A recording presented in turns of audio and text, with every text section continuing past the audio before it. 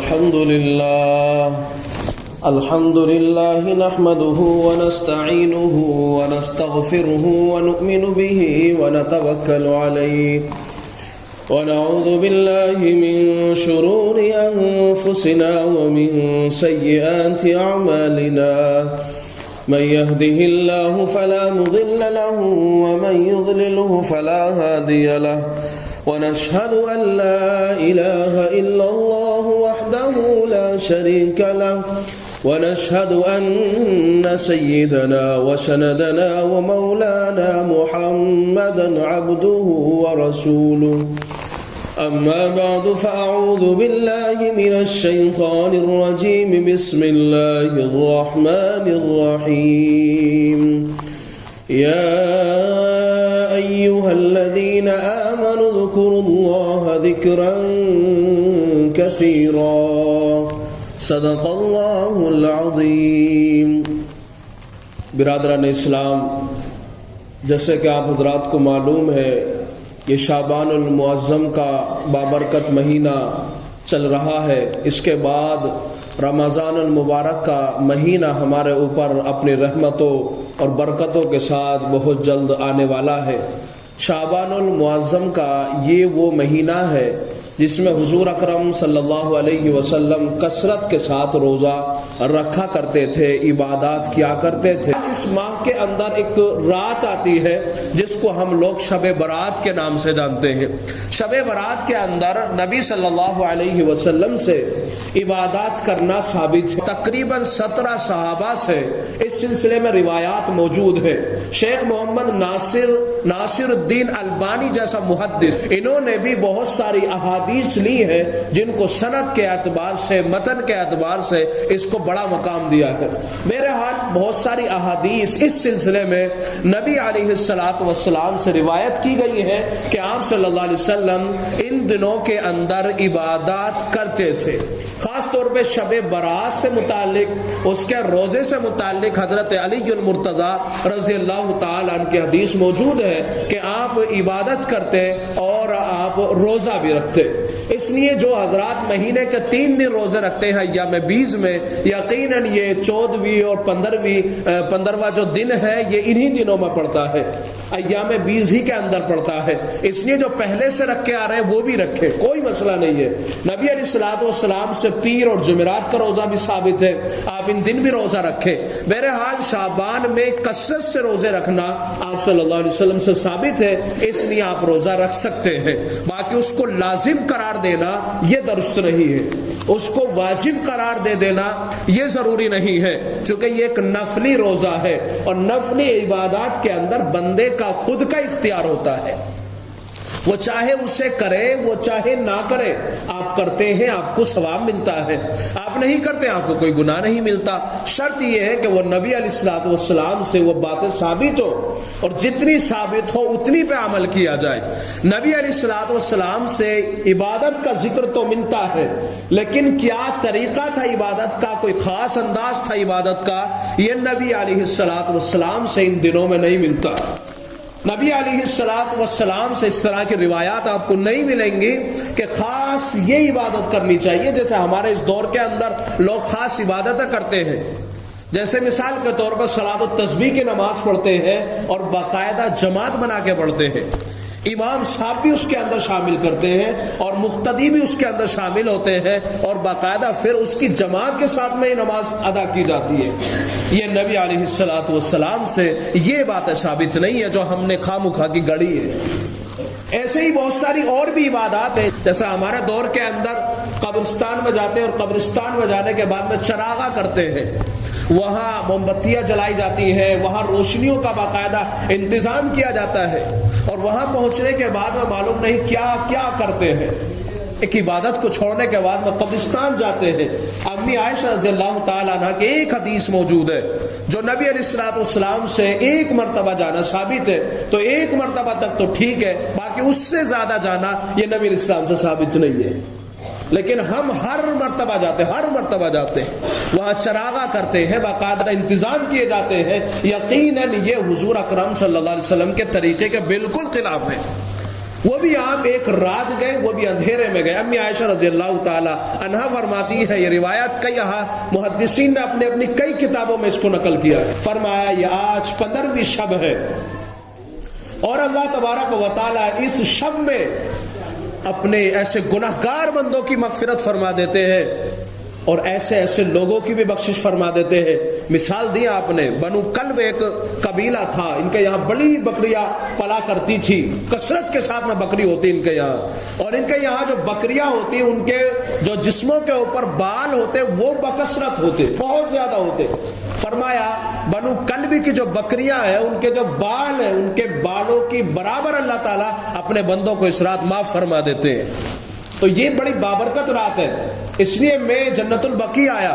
حضور صلی اللہ علیہ وسلم جنت البقیع ایک مرتبہ گئے، اس شب کے اندر، اس تاریک رات کے اندر حضرت امی عائشہ رضی اللہ تعالیٰ عنہ اس کو پوری تفصیل سے بیان کرتی ہے۔ تو یہاں تک صحیح ہے کہ ایک مرتبہ چلے جائے اس نیت سے کہ نبی علیہ السلام بھی ایک مرتبہ گئے ہیں، باقی اس سے زیادہ جانا حضور سے ثابت نہیں ہے۔ بہرحال اس رات کے اندر نبی علیہ السلام نے اور بھی کئی ساری باتیں بیان فرمائی ہے۔ ترغیب و ترہیب میں، ابن ماجہ میں، ترمذی میں، مصنف ابن ابی شیبہ میں، ایسے ہی بیہقی میں، سنن ابن ماجہ میں، اس طرح بہت ساری روایات آئی ہیں اور بہت سارے محدثین نے اپنی اپنی کتابوں میں حدیث کو جمع کیا ہے۔ ان میں سے ایک یہ بھی ہے کہ اس رات میں اللہ تبارک و تعالیٰ چند لوگوں کی بخشش نہیں فرماتے، باقی سب کی بخشش فرما دیتے ہیں، سب کو معاف کرنا دیتے ہیں، لیکن چند لوگ ہیں جن کو اللہ اس رات میں ہی معاف نہیں فرماتے، حالانکہ اللہ تعالیٰ کی طرف سے اس رات بڑی مغفرت کے اعلان ہوتے ہیں۔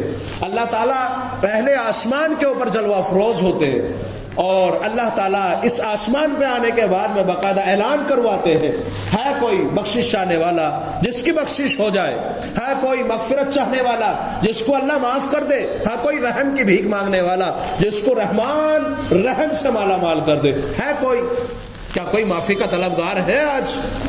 یہ رات بڑی بابرکت رات ہے، اس میں عبادت کرنا چاہیے، لیکن عبادت کیا کرنا چاہیے وہ نبی علیہ السلام سے ثابت نہیں ہے۔ آپ نماز پڑھیں، آپ قرآن کی تلاوت کریں، آپ ذکر و اذکار کریں، تسبیحات پڑھیں، کوئی دین کی بات سیکھیں، لیکن اس کا باقاعدہ اہتمام نہیں ہونا چاہیے، بلکہ نفل عبادت ہے۔ اور نبی علیہ السلام سے نوافل کی عبادت کے سلسلے میں جو روایات ملتی ہیں ان تمام روایات سے یہ معلوم ہوتا ہے کہ آپ اکثر نفل عبادت اپنے گھر فرمایا کرتے۔ دوسری روایات موجود ہے جس سے یہ معلوم ہوتا ہے، نبی علیہ السلام نے فرمایا کہ اپنے گھروں کو قبرستان نہ بناؤ۔ اس سے جب آپ نے ارشاد فرما دیا کہ گھروں کو قبرستان نہ بناؤ، یعنی گھر میں نماز کا اہتمام کرو۔ حضرت امی عائشہ سے بہت ساری روایات مروی ہے کہ آپ صلی اللہ علیہ وسلم تہجد کی نماز حجرہ عائشہ میں فرما لیا کرتے ہیں۔ نفل عبادت کا کثرت کے ساتھ میں پڑھنا حضور سے ثابت ہے، لیکن گھر میں زیادہ پڑھنا ثابت ہے۔ ہاں اگر نبی علیہ السلام رمضان مبارک کے آخری عشرے میں اعتکاف فرمایا کرتے تو ساری نمازیں مسجد نبوی میں پڑھا کرتے، چونکہ اب تو گھر نہیں جا سکتے۔ تو نفل عبادت سب سے اچھی بات یہ ہے کہ اپنے گھروں کے اندر کرو، اس کے بڑے فائدے ہیں اور علماء نے اس کے بڑے فائدوں کو لکھا بھی ہے۔ اس لیے سنتیں اپنے گھر میں پڑھ کے آئیں، کوشش کریں اپنے گھر میں پڑھ کے آئیں، نوافل اپنے گھر میں جا کے پڑھیں، وہاں پر عبادت زیادہ کریں، چونکہ جنات بھی ہمارے گھر کے اندر ہوتے ہیں، انسان بھی ہمارے گھر کے اندر ہوتے ہیں۔ وہ انسان جو ہمارے گھر کے اندر رہتے ہیں، سہتے ہیں، لیکن بہت سارے ہیں جو نماز نہیں پڑھتے ہیں، بچے ہمارے بہت سارے نماز نہیں پڑھتے ہیں، ہمارے بھائی رہتے ہیں ہمارے ساتھ میں نماز نہیں پڑھتے ہیں۔ کم از کم نہ جانے آپ کو دیکھ کے ہی انہیں تھوڑی سی غیرت آنے لگ جائے، انہیں سوچنے پہ وہ مجبور ہو جائے کہ بڑا بھائی پڑھتا ہے تو چھوٹے بھائی کو بھی پڑھنی چاہیے، یا چھوٹا پڑھتا ہے تو بڑے کو بھی پڑھنی چاہیے، یا باپ پڑھتا ہے بیٹے کو پڑھنی چاہیے، یا بیٹا پڑھتا ہے تو باپ کو بھی پڑھنی چاہیے، یا شوہر پڑھتا ہے تو بیوی کو پڑھنی چاہیے، بیوی پڑھتی ہے تو کم سے کم بیٹیوں کو بھی نماز کا اہتمام کرنا چاہیے۔ اس سے ایک شوق پیدا ہوتا ہے، اس لیے بھی نوافل کا اہتمام گھر میں ہونا چاہیے، گھر کو قبرستان نہیں بنانا چاہیے۔ بہرحال آپ اس رات میں گھر میں بھی کثرت کے ساتھ عبادت کریں، اور خاص عبادت کوئی مروی نہیں ہے نبی علیہ السلام سے، اس لیے کچھ بھی عبادت کر سکتے ہیں۔ قرآن کا پڑھنا یہ افضل ذکر ہے، افضل عبادت ہے، اس لیے قرآن کو کثرت کے ساتھ پڑھنا چاہیے، اس سے دلوں کو سرور ملتا ہے۔ اور قلب کے اندر روشنی پیدا ہوتی ہے، چہرے پر نورانیت پیدا ہوتی ہے، قبر کے اندر بھی روشنیاں پیدا ہوتی ہے۔ قرآن کے پڑھنے سے اللہ تبارک و تعالیٰ کی خاص رحمتوں کا نزول ہوتا ہے، اس لیے قرآن کثرت کے ساتھ پڑھیں۔ اور تسبیحات بھی آپ پڑھ سکتے ہیں، جو قرآن پڑھے ہوئے نہیں ہے وہ تسبیحات پڑھیں، نوافل کا اہتمام بھی کر سکتے ہیں، لیکن اپنے گھر میں زیادہ پڑھنے کا اس سلسلے میں روایات میں ہمیں ملتا ہے کہ گھر میں زیادہ نفل نماز پڑھنی چاہیے، چونکہ عبادت کا ثواب تو جب ملے گا جب حضور صلی اللہ علیہ وسلم کے طریقے پہ ہوگا نا۔ حضور کے طریقے کے خلاف اگر جائے گا تو پھر یقیناً ثواب تو نہیں مل پائے گا، بلکہ خواہشات کی تکمیلیں ہوں گی، اور اپنی خواہشات کے مطابق انسان چلے گا تو اس کے اوپر تو کوئی جنت کا وعدہ نہیں ہے اور نہ اللہ تعالیٰ کی مغفرت کا وعدہ ہے۔ بہرحال اس رات میں چند لوگوں کی اللہ بخشش نہیں فرماتے۔ پہلا بندہ ہے المشرک، یہ بندہ وہ ہے جو اللہ تعالیٰ کے ساتھ میں ذات میں اور صفات میں شرک کرتا ہے۔ ان اللہ لا یغفر ان یشرک بہ ویغفر ما دون ذلک لمن یشاء، اس کے علاوہ جس کو چاہے گا تمہارا رب معاف فرما دے گا۔ تو مشرک کو اللہ تعالیٰ معاف نہیں کرتا، ہاں اس کو معاف کرتا ہے جو اللہ تعالیٰ کو ایک مانتا ہے، اس کے سوا کسی کی عبادت نہیں کرتا، ذات میں صفات میں اس کے کسی کو نہیں ٹھہراتا، اس بندے کو اللہ معاف فرماتا ہے۔ فرمایا قاتل ہے، ناحق قتل کرنے والا بندہ جس نے کوئی شرعی اعتبار سے کوئی گناہ نہیں کیا، اس نے یعنی آپ نے خواہ خواہ قتل کیا اس کو، اس قاتل کی بھی اللہ تعالیٰ اس رات بخشش نہیں فرماتا، اس کو معاف نہیں کرتا اللہ تبارک و تعالیٰ۔ ایک وہ شخص ہے جو والدین کا نافرمان ہے، وَقَضَىٰ رَبُّكَ أَلَّا تَعْبُدُوا إِلَّا إِيَّاهُ وَبِالْوَالِدَيْنِ إِحْسَانًا، والدین نے بڑے احسان کیے ہیں اپنے بچوں کے ساتھ میں، ان کی پرورش کی ہے، ان کی پڑھائی لکھائی کا بندوبست کیا ہے، بچپنے سے لے کر جب سب پیدا ہوا، بلکہ اس سے پہلے سے جبکہ مادر شکم میں موجود۔ قرآن کی بہت ساری آیات ہیں والدین کے سلسلے میں، اور خاص طور پہ والدہ کے سلسلے میں۔ والدہ کا بڑا مقام ہے، والدہ کا مقام چھوٹا نہیں ہے۔ حضور صلی اللہ علیہ وسلم سے باقاعدہ پوچھا گیا، یا رسول اللہ آدمی کے اوپر سب سے پہلا حق کس کا ہے؟ حضور نے فرمایا اس کی ماں کا۔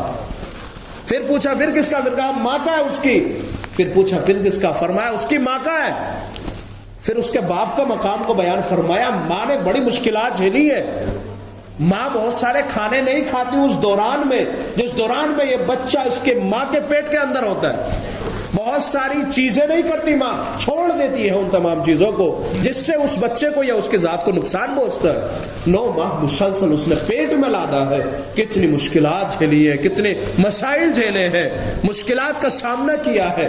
پھر اس کے بعد میں اور زندگی ہے، اس کی پیشاب ہے، پخانا ہے، اس کی بات کو سمجھنا ہے، اس کے مطابق اپنے بچے کو اسے دودھ پلانا ہے اس کے مطابق، یعنی بچے کو کیسا دودھ چاہیے، کئی کھانا ایسا نہ کھا لیا جائے جس سے بچے کو کوئی نقصان ہو جائے۔ یہ مسلسل محنت ہے ماں کی، اور آج اولاد نافرمان ہوتی جا رہی ہے، اولاد باغی ہوتی جا رہی ہے ماں باپ کی۔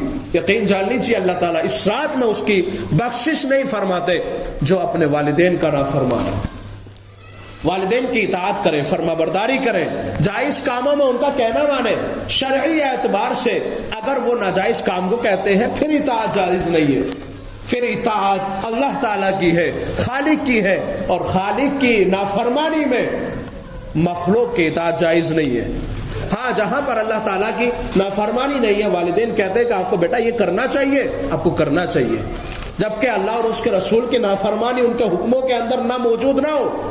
اگر موجود ہے تو پھر ان کا کہنا نہیں مانا جائے گا، بلکہ اللہ اور اس کے رسول کا کہنا مانا جائے گا۔ مثال کے طور پہ ماں باپ کہتے ہیں بیٹا ابھی تو چھوٹی سی عمر ہے، ابھی تو 20 سال کا بھی نہیں ہوا ہے، تیرے داڑھی 16 سال میں ہی آگے، لہٰذا داڑھی کٹا دے، چونکہ داڑھی تو اگر رکھے گا تو بوڑھا لگنے لگ جائے گا، کوئی تیری شادی بھی نہیں کرے گا، لوگ کہیں گے لو ملا جی بن گیا، یہ لو حافظ جی بن گیا، یہ داڑھی رکھ لی ہے اس نے۔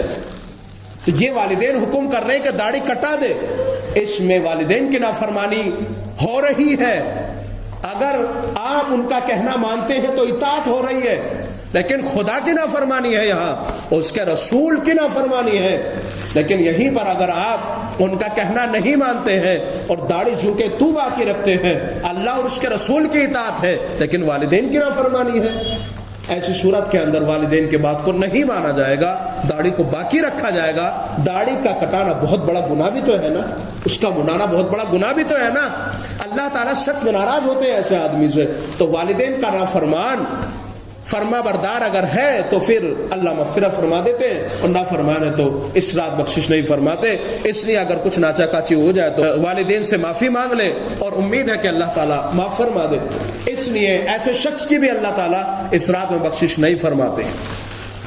ایک وہ شخص ہے جو اپنے پائجامے کو، شلوار کو، یا اسی طرح ازار کو، یا لنگی کو، یا پینٹ کو اپنے ٹخنوں سے نیچے رکھتا ہے، تکبر کے طور پہ لٹکاتا ہے، اس کو بناوٹ کے طور پہ لٹکاتا ہے، خواہشات کے مطابق لٹکاتا ہے وہ، اور وہ اپنے ٹخنوں کو ڈھانپ لیتا ہے۔ اس شخص کی طرف اللہ تعالیٰ نظر رحمت نہیں فرماتے۔ قیامت کے دن اللہ تبارک و تعالیٰ اس کی طرف دیکھیں گے بھی نہیں۔ ہمارے نوجوان فیشن کے طور پہ ٹخنوں کو ڈھانپ لیتے ہیں، اور ایک بڑی پیاری سی بات بتا دیتے ہیں، کہتے ہیں جی نماز کے درمیان میں ہے، نماز اگر آپ پڑھ رہے ہیں تو پھر اپنے ٹخنوں کو کھلا ہوا رکھیں گے۔ اس حدیث میں کوئی تخصیص نہیں ہے، اس حدیث کے اندر کچھ ایسا موجود نہیں ہے کہ نماز آپ پڑھ رہے ہیں جب ٹخنے آپ کو ڈھانپنے نہیں چاہیے، بلکہ وہ کسی بھی صورت میں ہو اس کو ٹخنے نہیں ڈھانپنا چاہیے۔ حدیث پاک موجود ہے، نبی علیہ السلام نے فرمایا 3 لوگ ہیں قیامت کے دن جن کی طرف اللہ تعالیٰ نظر رحمت نہیں فرمائیں گے۔ ان میں سے یہ بھی ہے جس نے اپنا ازار، پینٹ یا پائجامہ یا شلوار یا کوئی اور لنگی وغیرہ کچھ جو پہن رکھی ہے وہ تکبر کے طور پہ اپنے ٹخنوں سے نیچے کرتا ہے۔ ہاں اگر بے دھیانی میں کوئی پائجامہ نیچے لٹک جاتا ہے، یا شلوار لٹک جاتی ہے، یا پینٹ لٹک جاتی ہے، بے دھیانی میں لنگی لٹک جاتی ہے، وہ بات ایک الگ ہے، لیکن اس کو تکبر، فیشن کے طور پہ استعمال کرنا درست نہیں ہے۔ یہ شخص ہے جس کی طرف اللہ تعالیٰ اس رات میں بھی اس کی بھی بخشش نہیں فرماتے۔